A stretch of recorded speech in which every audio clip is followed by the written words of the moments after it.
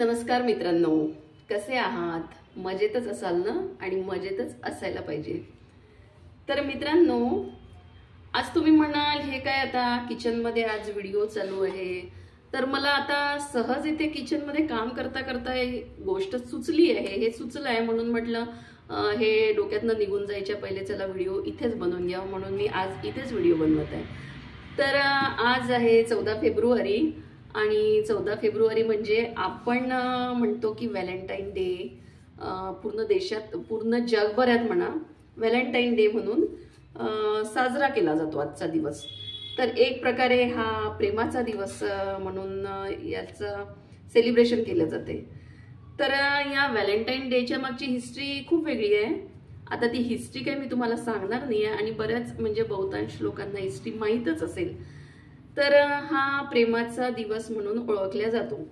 तर मला एक म्हणायचं आहे की प्रेम व्यक्त करायला किंवा प्रेमासाठी वेगळ्या दिवसाची, एका स्पेशल दिवसाची गरज आहे का? हा म्हणजे मला तर नेहमी हा प्रश्न आहे की काय म्हणजे गरज आहे का? प्रेम दाखवण्यासाठी म्हणजे एक स्पेशल डे पाहिजे का? ते प्रेम तर म्हणजे काय, ते तर वाहत्या पाण्यासारखं असतं ना, त्याला काही गरज नाहीये. आणि तुम्ही कितीही या आता व्हॅलेंटाईन डेला प्रेमाच्या आनाभाका घ्या, कितीही काहीही करा, आणि एकदा का लग्न झालं की मग काय सुरू होतो? संसार एके संसार. मग तो प्रियकर एक नवरा बनतो, ती प्रियसी एक बायको बनते आणि मग सुरू होतो तो संसार. शेवटी काय तर हे आणा ते आणा, भांडे घासा, स्वयंपाक करा, हे तेच नंतर चालू होतं ना आयुष्यामध्ये. आणि त्यामध्ये पण प्रेम आहे. ह्या ज्या गोष्टी आहे ना त्यामध्ये पण प्रेम आहे, फक्त त्याचं ना स्वरूप बदलतं. आणि मला नाही वाटत की प्रेमासाठी काही स्पेशल डेची गरज असेल किंवा असावी.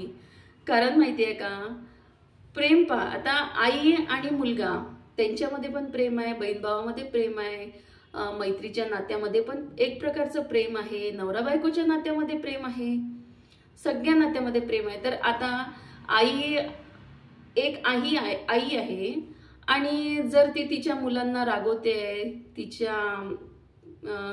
त्यांच्या चुकांबद्दल जर ती काही सांगते आहे, तर त्यामध्ये सुद्धा प्रेमच आहे ना. ती तिच्या मुलांना रागवते म्हणजे ती का बरं रागवते?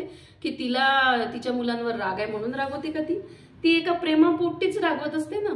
मग हे प्रेम तर रोजच ती दाखवत असते आपल्या मुलांना. तिला काही स्पेशल डेची गरज नाहीये ना. किंवा नवरा बायकोमध्ये वाद होतात, ते पण भांडतात.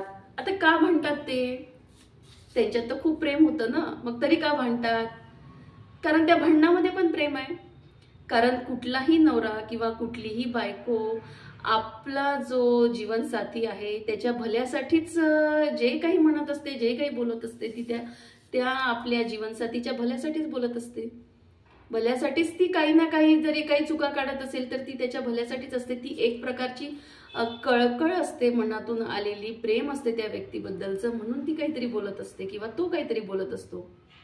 बहीण भावांमध्ये भांडणं होतात, तर भांडणं होतात म्हणजे ते काय एकमेकांचे दुश्मन आहे की वैरी आहे म्हणून भांडणं होतात का? नाही, त्यांच्यामध्ये पण एक प्रेम आहे. त्या नात्यामध्ये जो नटखटपणा आहे बहीण भावाच्या नात्यामध्ये, ते पण एक प्रेम आहे. आणि ते तर म्हणजे ह्या गोष्टी तर रोजच होतात ना, रोजच घडतात ना.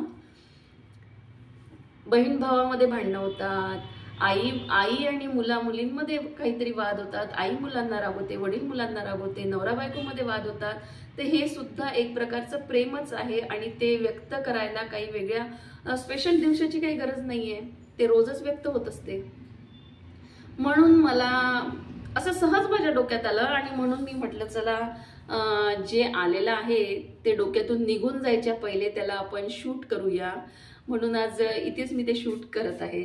तर पहा, तुम्हाला वाटत असेल की ही गोष्ट बरोबर आहे, तर पटत असेल तर माझ्या व्हिडिओला नक्की लाईक करा किंवा तुमचे काय मत आहे याबद्दल, तुमचे काय ओपिनियन आहे ते मला कमेंटद्वारे कळवा. तर बस एक असंच काहीतरी छोटूसं मला सुचलं होतं म्हणून ते मी या व्हिडिओमध्ये कॅच केलं आणि तुमच्यापर्यंत पोहोचवलं. जर तुम्हाला माझा व्हिडिओ आवडला असेल तर मला कमेंट करून तसं सांगा, आणि नसेल आवडला तरी पण ते व्यक्त करून सांगा. कारण कुठलीही गोष्ट सांगायला किंवा व्यक्त व्हायला काही स्पेशल दिवसाची गरज नाही आहे. तर मला कमेंट करून नक्की कळवा. धन्यवाद.